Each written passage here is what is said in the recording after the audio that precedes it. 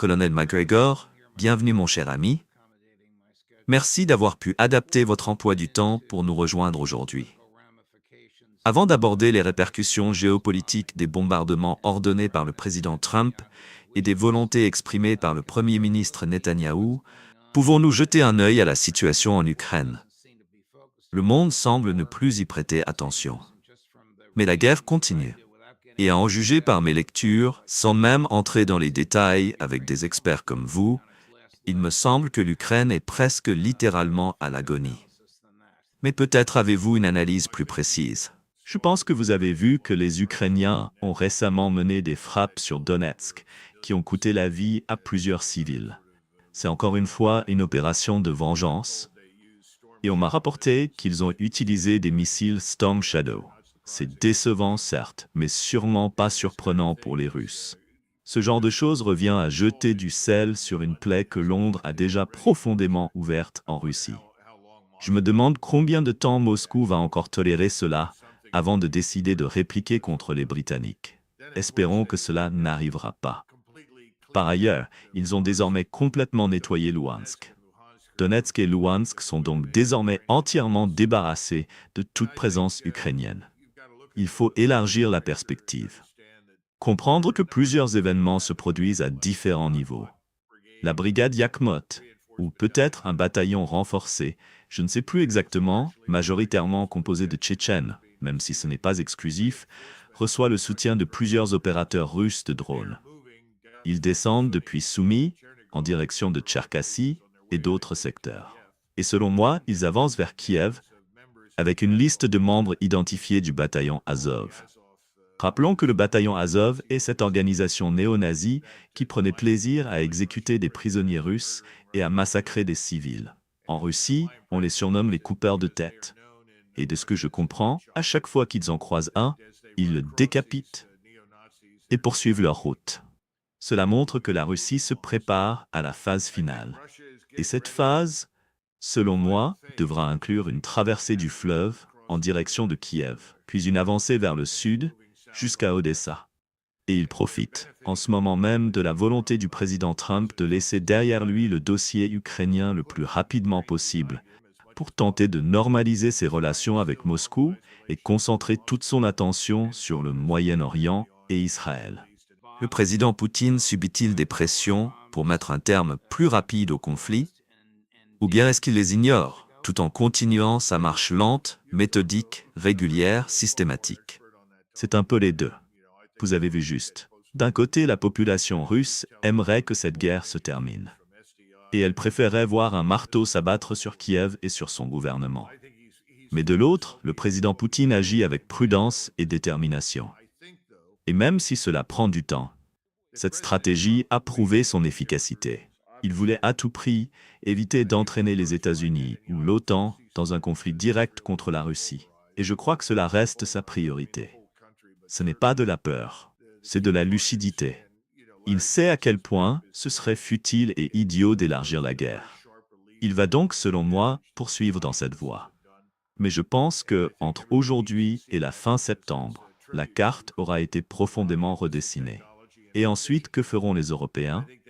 Nul ne le sait. Je crois qu'il attend des changements politiques, notamment en France, en Allemagne et peut-être aussi au Royaume-Uni, mais surtout en France et en Allemagne. Et je pense que ces changements finiront par arriver. Mais je pense qu'il essaye de freiner le rythme, de réduire l'intensité. Rappelons qu'il fait face à un Congrès profondément russophobe, qui semble déterminé à faire à la Russie ce que nous tentons maintenant de faire à l'Ukraine.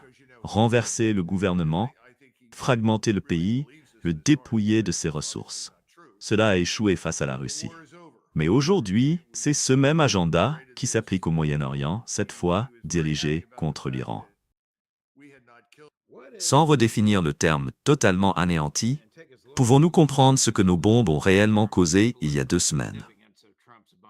Écoutez, vous avez déjà entendu des personnes bien plus compétentes que moi sur ce sujet. Et j'ai beaucoup de respect pour Ted Postol. C'est un homme qui a toujours dit la vérité, depuis les débats sur l'initiative de défense stratégique jusqu'à la défense antimissile. Je pense qu'il nous a déjà dit tout ce que nous savons, et tout ce qu'il est raisonnable de savoir pour le moment. Mais ce qui me semble important, c'est que le président Trump est intervenu pour des raisons bien différentes. De toute évidence, Netanyahou est allé le trouver pour demander un cessez-le-feu parce qu'Israël était en train d'être pulvérisé. Et quand je dis pulvérisé, je ne parle pas de l'ensemble du territoire, mais bien des cibles clés. Et la carte de Larry Johnson est sans appel.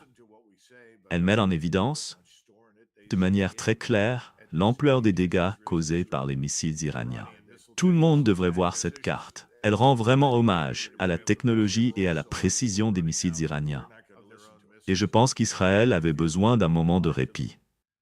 Il était clair qu'ils commençaient à manquer de leurs propres missiles. Tout le monde sait que pour intercepter un missile entrant, il faut en général tirer 2 missiles antimissiles. Et à ce rythme-là, au bout de quelques jours, vous vous retrouvez en grande difficulté. Parce que, tout simplement, vous épuisez vos défenses. Je pense aussi que le président Trump a vu dans cette situation une chance de mettre fin au conflit. Il a déclaré, et je pense qu'il le croit sincèrement même si ce n'est manifestement pas vrai, que la guerre était finie.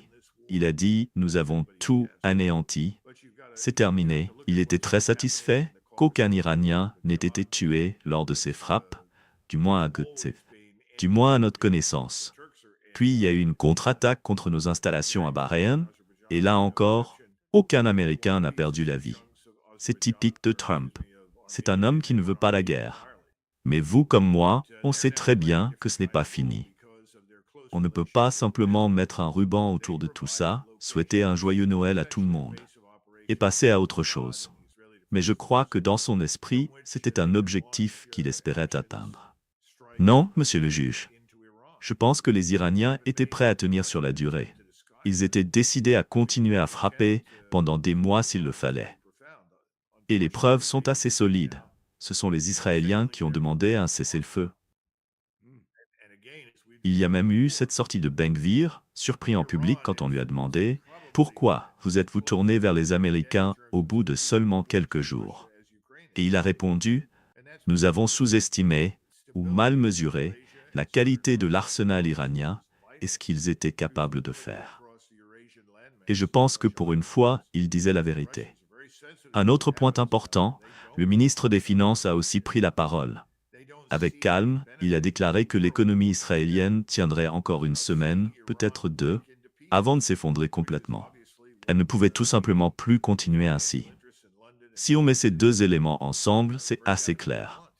Les Israéliens avaient besoin d'une pause. Et pas seulement pour la reconstruction, pour tout le reste aussi. Je n'ai aucun doute. Tout sera fait pour que ce soit les bonnes entreprises, celles bien connectées au bon fonds d'investissement à New York, qui récoltent les bénéfices. Je n'irai pas plus loin, mais je pense que vous voyez parfaitement où je veux en venir. On ne peut qu'émettre des hypothèses à ce stade. Je pense toujours à cette anecdote. Un jour, quelqu'un a demandé à Deng Xiaoping ce qu'il pensait de la Révolution française. Et il a répondu « Il est encore trop tôt pour en tirer des conclusions. » On pourrait dire la même chose des bombardements de Trump. Le vrai problème, c'est que nous sommes désormais co-belligérants. Nous sommes dans la guerre, et nous avons ouvert la boîte de Pandore. C'est ça la plus grande inquiétude.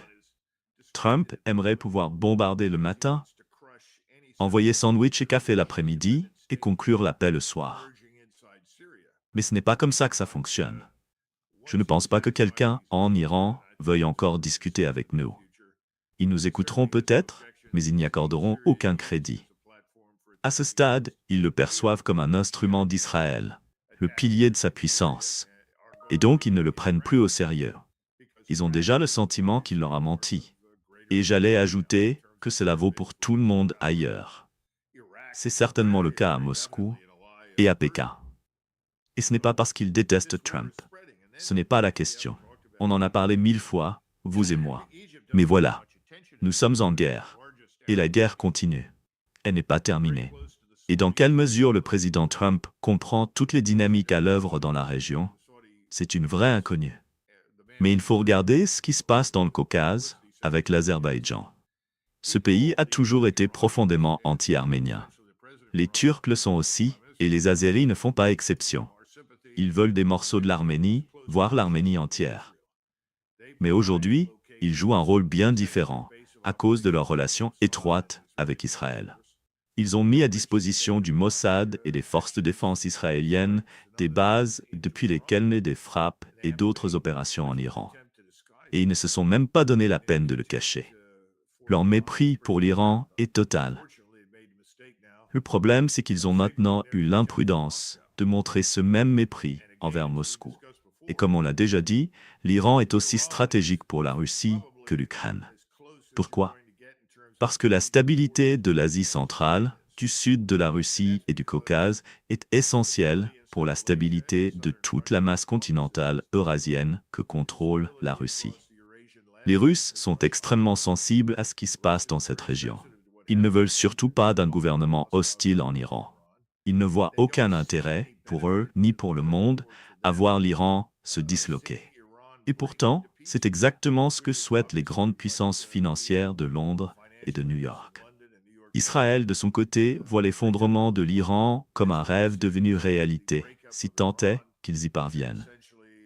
Parce que l'Iran, aujourd'hui, est le dernier bastion de résistance face à l'hégémonie israélienne dans la région. Et souvenez-vous, la suprématie israélienne est indissociable du contrôle de la région et de ses ressources par les intérêts financiers de Londres, de New York et de Washington. En clair, tout le monde suit la même stratégie que celle qui a été appliquée contre la Russie, en Ukraine. Cette fois-ci, nous allons poursuivre cette stratégie en utilisant d'autres proxies contre l'Iran. Il n'y a pas que l'Azerbaïdjan. Il y a désormais la Syrie. Et la Syrie a un rôle important à jouer, aussi bien du point de vue de M. Netanyahou que de M. Erdogan. Erdogan, pour le moment, est préoccupé. Il veut écraser toute forme d'État kurde indépendant susceptible d'émerger en Syrie. Mais une fois qu'il estimera cet objectif atteint, et je pense que c'est ce que nous verrons très bientôt, il n'aura aucun scrupule à voir la Syrie utilisée comme base pour attaquer les chiites. Sauf que les chiites visés depuis la Syrie seront en réalité en Irak, parce que l'Irak fait manifestement partie intégrante du Grand Iran. En termes de sphère d'influence et de pouvoir, l'Irak est indéniablement enraciné dans l'ensemble du monde persan. Cette guerre est donc en train de s'étendre. Et bien sûr, nous n'avons même pas encore parlé de l'Égypte. L'Égypte n'attire pas beaucoup l'attention en Occident, mais c'est le plus grand État arabe, et elle est étroitement liée à la fois aux Saoudiens et à l'Iran. Bien sûr, vous connaissez le prince héritier saoudien, celui qu'on surnomme MBS. Il a téléphoné aux Iraniens, au président comme au Premier ministre, et leur a dit en substance « Vous avez notre sympathie, nous sommes avec vous, nous vous soutenons, etc. » Ce n'était pas qu'un geste symbolique. Ce lien entre Riyad et Téhéran s'étend également jusqu'au Caire. Et n'oublions pas, il y a entre 50 et 60 000 soldats massés à la frontière avec Israël. En Égypte, on sent monter un immense mécontentement, une colère bouillonnante. Le peuple est indigné par l'inaction du gouvernement égyptien qui refuse de faire quoi que ce soit contre Israël pour défendre les habitants de Gaza. Je suis même surpris qu'il n'y ait pas eu plus de troubles en Égypte. Mais Al-Sisi, à mon sens, s'est largement soumis à l'influence américaine. N'oublions pas que nous versons des milliards de dollars à l'Égypte chaque année. Et il ne veut évidemment pas perdre ses subventions. Mais là encore, tout cela est extrêmement fragile. Les Israéliens, eux, ont toujours été très clairs sur leur mépris envers les Égyptiens. Ils détestent la présence militaire égyptienne en Syrie. Et si vous affichez la carte du Grand Israël, ce fameux projet que beaucoup en Occident refusent de prendre au sérieux, mais que moi je prends très au sérieux, vous verrez que dans la vision israélienne, tout ce qui va du canal de Suez jusqu'à l'Euphrate devrait faire partie de ce qu'ils appellent le Grand Israël. Cela ne sera peut-être pas réalisé cette année, mais c'est bel et bien leur objectif. Et nous, désormais, faisons partie intégrante de ce plan. Cela m'amène à un autre aspect de l'équation. Nous savons que l'anglais, la CIA, est profondément impliquée dans toute la région. Elle travaille à saboter et à attaquer les ennemis des États-Unis et d'Israël. Même quand ces gens ne sont pas vraiment des ennemis, peu importe. Leur mission, c'est de contrer systématiquement l'influence et la puissance iranienne dans la région, notamment en Iran et en Irak. Mais ce n'est pas le point le plus préoccupant aujourd'hui. L'autre pièce du puzzle, c'est le CENTCOM, le commandement central des États-Unis. Le CENTCOM est devenu une entité extrêmement puissante dans l'architecture globale de sécurité nationale. Et apparemment, il fournit directement ses renseignements à la Maison-Blanche. Le général Michael Kurilla, qui commande le CENTCOM, est largement perçu comme étant plus proche du Premier ministre Netanyahou que du président Trump. Ce qui, avouons-le, est plutôt étrange. Il semble aussi très enthousiaste à l'idée d'utiliser la puissance militaire américaine pour renforcer la puissance et l'influence d'Israël. Nous pensons même qu'il existe une planification conjointe entre les Israéliens et le CENTCOM concernant l'usage potentiel de la force militaire américaine. À quel niveau? Où exactement? Personne ne le sait. Mais une chose est claire, le général Kurilla est profondément impliqué. Et puis, il y a le nouveau chef d'état-major interarmé. Il a su séduire le président Trump. Je suppose que Trump l'apprécie parce qu'il le considère comme un dur, un général de l'armée de l'air, qui a utilisé la puissance aérienne américaine dans la région quand Trump était président et combattait Daesh. Le même Daesh que l'on soutient désormais en Syrie. Ce général a siégé au conseil d'administration d'un fonds spéculatif dirigé, semble-t-il, par le frère de Jared Kushner. Est-ce que cela signifie quelque chose politiquement? Je n'en sais rien. Mais j'ai tendance à croire que ce général, Kane, n'aurait jamais été nommé à ce poste s'il avait la moindre réserve quant à l'utilisation des forces aériennes, navales, voire même des forces spéciales, pour appuyer Israël et atteindre ses objectifs stratégiques. C'est un général 3 étoiles à la retraite. Il aurait rencontré Trump lors d'un rassemblement MAGA pendant la campagne de 2024. Pas besoin d'analyser leur relation en profondeur. Mais quelqu'un, que ce soit un général 4 étoiles ou un secrétaire adjoint à la défense, va devoir dire à Trump la vérité. Sa mission de bombardement a échoué. Alors, que fera-t-il maintenant? Va-t-il recourir à des armes nucléaires à faible puissance pour satisfaire la soif de sang de Netanyahou? Il y a des partisans de cette idée dans les milieux militaires aériens et navals. Ils ont toujours été là. Il y a déjà eu, il y a environ 10 ans ou plus, des élus au Congrès qui s'inquiétaient du financement d'ogives nucléaires à faible rendement destinées aux missiles de croisière, entre autres. Ils posaient la bonne question: comment l'ennemi pourrait-il faire la différence entre une ogive à faible puissance et une attaque nucléaire massive? Et la réponse, c'était: nous pensons qu'ils feront la différence. Mais cette réponse n'a jamais vraiment convaincu.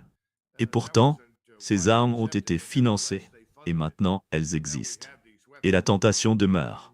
On pourrait croire qu'une seule de ces armes suffirait à faire le boulot, à gagner le conflit, entre guillemets. J'espère que non. Mais cette menace est là. Elle a toujours été là.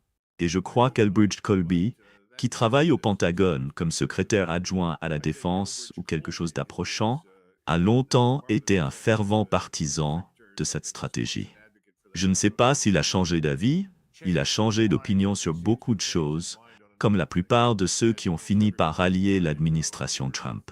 Et puis, nous sommes tombés sur une interview très intéressante du sénateur John Kennedy, qui jouait comme à son habitude le rôle du bon vieux gars du Sud.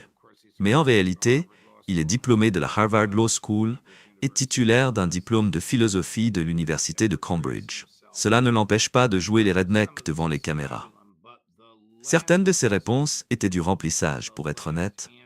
Mais la dernière question, et surtout sa dernière réponse, était profondément révélatrice. Et je vous invite à y prêter une attention toute particulière. Avant qu'Israël et les États-Unis ne fassent ce que nous avons fait, l'Iran était, nous dit-on, à quelques jours seulement de posséder une arme nucléaire. Oui, quelques jours. C'est ce qui nous a été dit dans ce briefing, à quelques jours. Oui, c'était nouveau pour moi. Et franchement, c'était un excellent briefing. L'un des meilleurs que j'ai jamais suivi. Rubio, Hegseth, Radcliffe, le général Kane, ils ne lisaient pas un texte. Ils nous regardaient droit dans les yeux. Et ils parlaient. Mais cette évaluation disant que l'Iran était à quelques jours d'avoir la bombe, elle venait d'où, exactement? D'Israël ou bien des États-Unis? Vous ne savez pas? Non. Mais, si vous êtes sénateur américain, vous devriez vraiment vouloir savoir d'où provient cette évaluation. Et si elle vient d'un pays étranger, car Israël est bel et bien un État étranger, alors il faut admettre que ses intérêts ne sont pas toujours alignés sur les nôtres. Et personnellement, j'aimerais bien comprendre pourquoi je me retrouve à écouter une analyse israélienne. Donc le sénateur Kennedy, qui est pourtant habituellement habile, a commis une erreur, non? Oui, absolument. Je ne sais pas si ça va lui retomber dessus, ni quand. Mais cette déclaration, elle date d'il y a 2 jours. Et vous savez, juge, ça me rappelle un passage dans les écrits de Henry Stimson. Stimson, c'était le secrétaire à la guerre au moment de Pearl Harbor. Il écrivait « Dieu merci, les Japonais nous ont attaqués le 7 décembre. S'ils ne l'avaient pas fait, nous aurions dû les attaquer nous-mêmes 2 semaines plus tard pour démarrer cette guerre. » C'est dans ses propres papiers. Et ce sont ces mêmes documents qui révèlent qu'il savait que l'attaque allait avoir lieu. Et pourtant, 2700 jeunes marins de 18 ans sont morts noyés ce jour-là. C'est ça qui me dérange aujourd'hui. Je ne sais pas si c'était israélien ou américain. Moi, j'insisterai toujours pour connaître la source. Et si ce n'est pas validé par les services américains, je refuserai d'y accorder du crédit. Ce n'est pas que les Israéliens n'ont pas parfois de bons renseignements, ils en ont. Mais cela fait depuis 1995 que M. Netanyahou nous répète la même rengaine.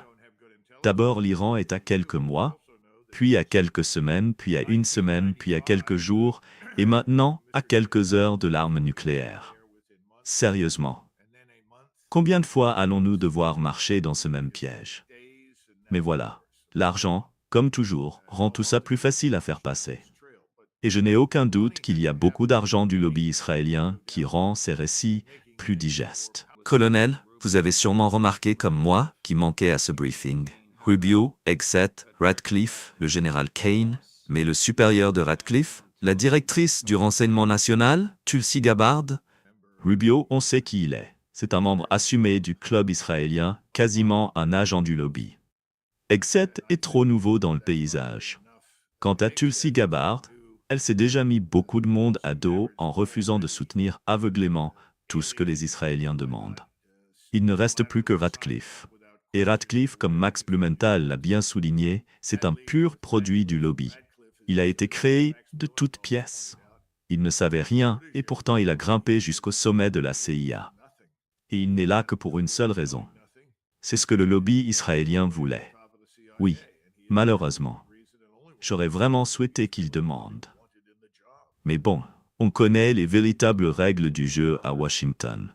Les décisions ne sont pas entre les mains des élus, ils veulent juste être dans le bon camp. Vous vous souvenez, juge, de ce que Charlie Rangel avait dit? Il disait « Non, on ne va rien contester de ce que fait le président. S'il réussit, on l'applaudira. Et s'il échoue, alors on attaquera. » Et je pense que c'est exactement le raisonnement de la majorité aujourd'hui. Ils suivent le mouvement. Mais si cette aventure tourne à la catastrophe, si nous nous retrouvons face aux Russes ou aux Chinois, ou que les Iraniens frappent une cible sensible pour nous et qu'on perd beaucoup de monde, alors là oui, ils changeront de camp comme par miracle. Vous ne trouvez pas? J'invite tout le monde à y prêter attention, car les Arméniens sont dans une position extrêmement vulnérable. Leur gouvernement a très mal géré la situation, et leur seul espoir, c'est une intervention russe. Parce que côté américain, je ne vois aucun signe de solidarité. On dirait qu'on ne se soucie plus du tout des chrétiens. Non, absolument pas.